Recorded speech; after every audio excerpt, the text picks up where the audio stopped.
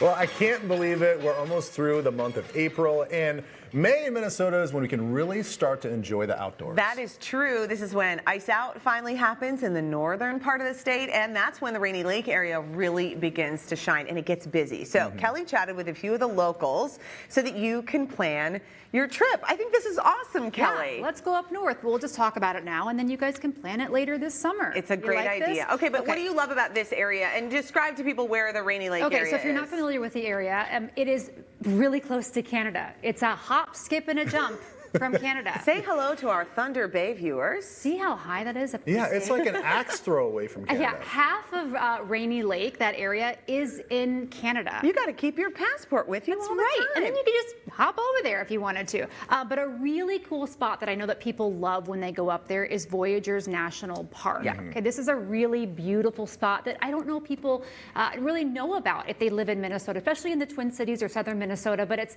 218,000 acres of interconnected waterways. Now, the park is celebrating 50 years this year. If you do the math, that was established in 1975. And it was named after French-Canadian voyageurs who once navigated these waters. It's so beautiful, yeah, it's so Kelli. beautiful. Seriously. It is unbelievable. So I chatted with a park ranger. His name is Eric Ditzler, and he eats, sleeps, lives, breathes Voyageurs, and here's what he had to say about it. You have been in the park industry, national park industry for many years, and I know that you love Voyageurs National Park. What is it about this place that you love so much? Just a really beautiful place. It's very scenic. You know, the lakes are beautiful. The boreal forest is really amazing to hike in. I also really enjoy the history and the significance of the park, particularly the Voyageurs story and the water route that the Voyageurs took, you know, through this area, through Rainy Lake and Amaken Lake and on through the Rainy River, just the story of the fur trade.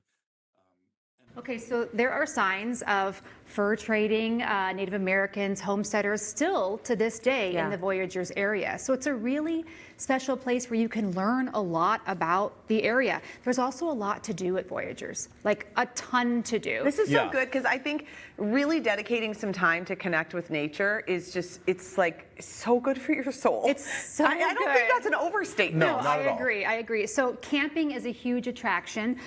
There's more than 170 campsites. There's primitive camping available, so you can take a boat to your campsite if you really want to be alone.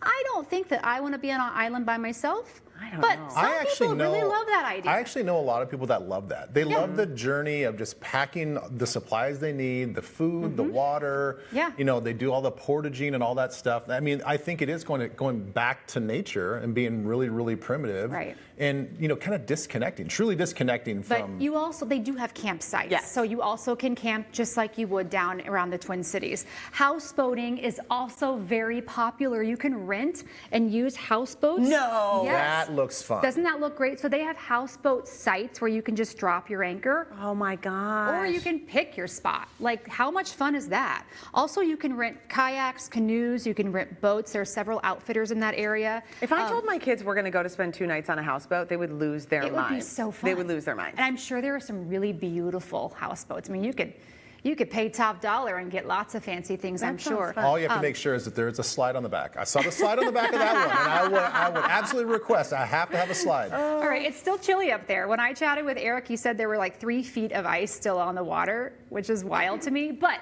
fishing is so big up there. I know that people know this. So Rainy Lake is nearly 2 times the size of Lake Mille Lacs. So it's giant. Whoa. It's giant. Whoa. You're going to find different species, walleye, crappie, bass, eel pout, whitefish, lake trout, muskie.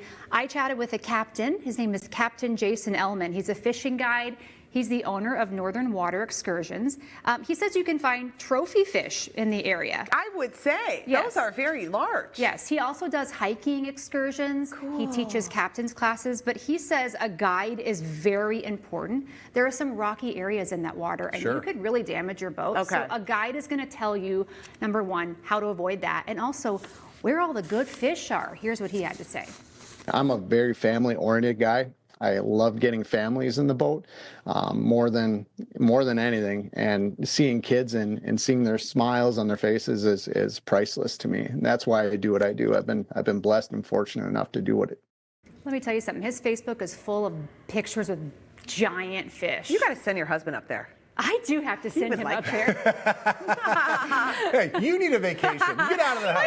I do need to send him up Seriously, there. have you guys ever had eel pout? No. It's a weird looking fish. It's delicious. Really? Yes, it's Okay. actually really good. All right, we only have a little bit of time, so let's go That's right. shopping. Let's go shopping. Send the ladies up to shop. All right. So International Falls and Rainy Lake area, they have lots of shops throughout the area, including this store. This is called Cozy Abode. It's got home decor and gifts. This is a new store to the area. Delaney and Matt Rochelle, they opened it last October. They've got locally made products, candles, plants, pillows, decor, right? So they say the fishing opener in May makes them very busy throughout the summer, right? It's really, really, really busy, but they're excited because they opened in October. They're excited for their very first summer season. I know that so many businesses in the community, whether it's like the restaurant industry, the hospitality industry, or even the retail industry, like you do really depend on this busy summer season for a majority of your business. I mean, we're lucky to live in a local community that does support. We're not just a fishing destination. Like, you don't just have to come here as a guy and fish, you know, that you can come here on a girls' trip. And if you never touch the water, you can still have a great time. I think that's good advice. Good Yeah, job, the whole Kelly. family can go. Thank you. Yeah. You're welcome. Really fun. Good job. Good stuff. So you can start planning your trip up north to Rainy Lake. Just check out rainylake.org. You're going to find everything that Kelly just talked about and more. You're going to find a link at twincieslive.com. All right, are you ready to reset some habits? After the break, we've got a doctor here to give us some simple ways to improve our health. Let's do it.